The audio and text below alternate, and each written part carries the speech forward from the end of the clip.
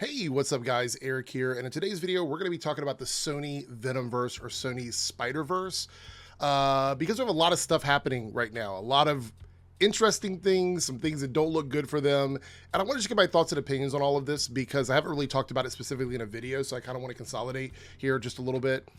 Okay, so the Venom-verse. We're talking about the universe that Sony has, their live-action universe, where Venom is supposedly going to be the protagonist, and then also all of these classic Spider-Man villains are also going to be protagonists. We believe in one big shared universe. We're not really sure how this is going to work yet, but it seems like all of these things are somehow loosely connected together. So we got the trailer for Kraven the Hunter. And I have to say, I wasn't super impressed with it. It didn't look awful. Like, it wasn't the worst trailer I've ever seen, but it did look like, and this is no offense because we had a lot of great streaming films and TV shows, it looked like something that was made for streaming. It didn't look like something made for like a theater. It felt like a streaming film.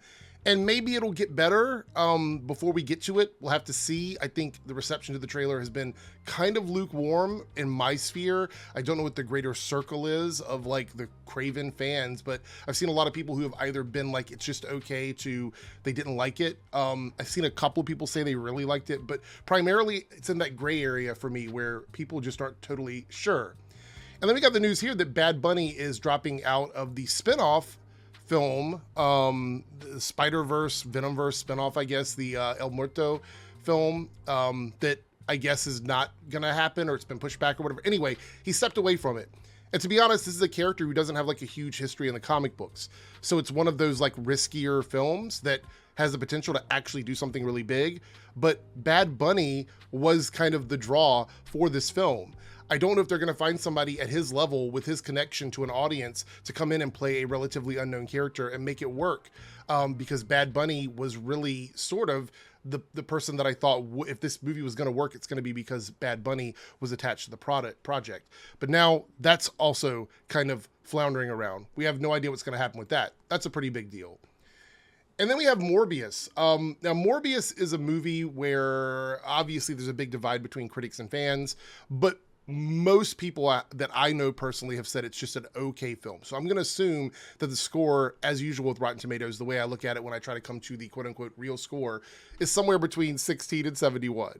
So that would put it somewhere in the middle range for me. But it doesn't matter what people actually think of it, because the studio sees that the movie didn't perform well. Even after a re-release, it was memed on the internet. It had a budget of like 83 million and it ended up doing 167. So just didn't pull in the numbers they wanted. It had Jared Leto attached to it. They thought it was going to be a big thing. This was a sign of things to come, really, right? When it comes to this Sony Venom-verse. We also have the Madam Web movie coming out. I personally, I don't like the idea of villains just being heroes or anti-heroes in every single iteration.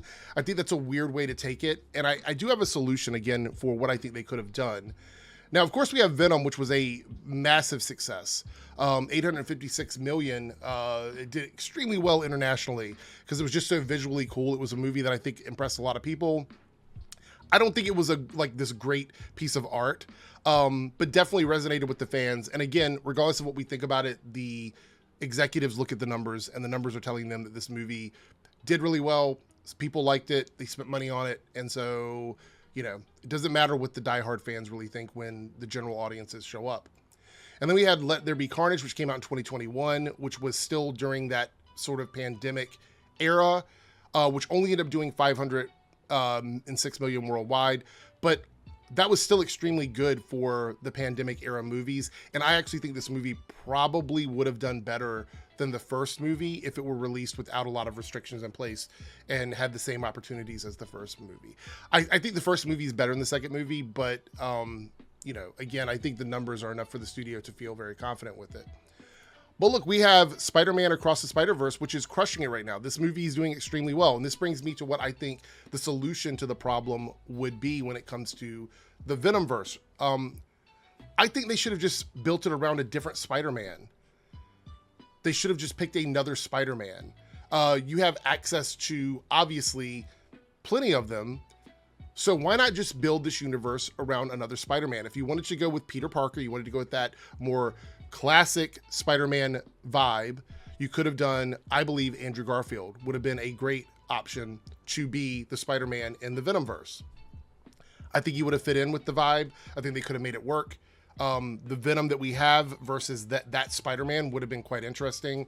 I think it would have been a really cool way to sort of keep that amazing Spider-Man universe going. But if they didn't want to do that and they wanted to start fresh, Miles Morales, Ultimate Spider-Man, would have been a really great choice, because clearly there's a market for the Ultimate Spider-Man.